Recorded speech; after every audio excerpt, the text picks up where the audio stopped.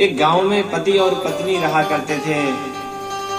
पत्नी अत्यंत श्रद्धालु भक्तालु थी, परंतु पतिदेव कभी कथा श्रवण करने के लिए नहीं जाया करते थे। पत्नी ने एक दिन कहा कि आपको आज तो किसी भी हालत में कथा श्रवण करने जाना पड़ेगा।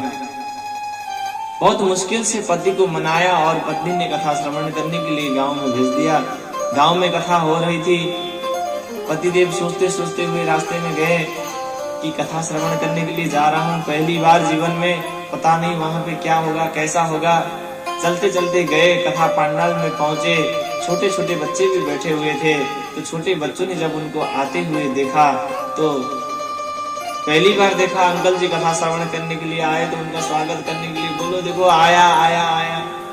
बच्चों ने कहा, सोचा बच्चे मन के सच्चे, कुछ भी बोल देते। जाके बैठ गए एक कोने में जाकर के बैठ गए। तो बच्चों ने फिर से कहा बैठा बैठा बैठा।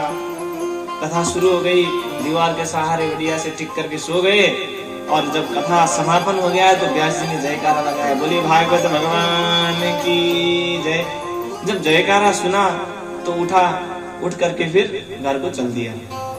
फिर बच्चों ने कहा कि देखो गया गया गया। देखिए कथा श्रवण करने के लिए आए थे, परंतु श्रवण क्या किया?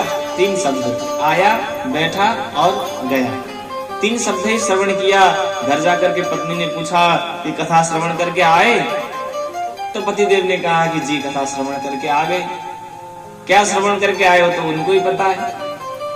और खाना पीना खा करके विश्राम करने के लिए बिस्तर पे चले गए। और पत्नी ने कहा कि जो आपने श्रवण करके आए हैं उसका चिंतन करते रहो।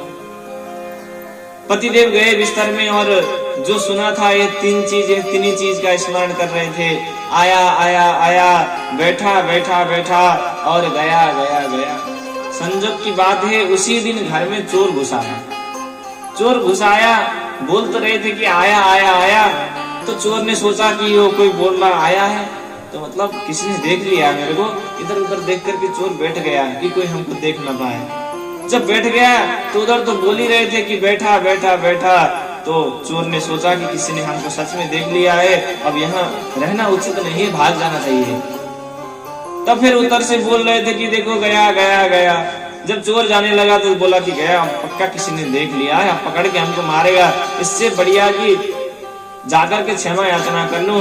गया और उसके चरणों में साष्टांग दंडवत करके सारे जो धन इधर उधर से चुरा के लाया था वो भी वहीं पे छोड़ करके मुझे क्षमा करो, आज के बाद चोरी नहीं करूंगा बोल करके वहां से चलता हुआ बना। देखिए अगर बिना भाव से बिना श्रद्धा से कथा में सत्संग में जाने से ही इतना लाभ उसको प्राप्त हुआ है, अगर वो मन से कथा श्रवण करने के लिए गया होता और 1-2 बातों को अपने जीवन में उतारा होता तो उसका निश्चित रूप से कल्याण हो सकता है। इसीलिए आप कहीं भी जा रहे हो, कहीं सत्संग अगर हो रहा है तो वहां पे कुछ क्षण रुक करके आपको कथा श्रवण करना चाहिए, सत्संग को श्रवण करना चाहिए।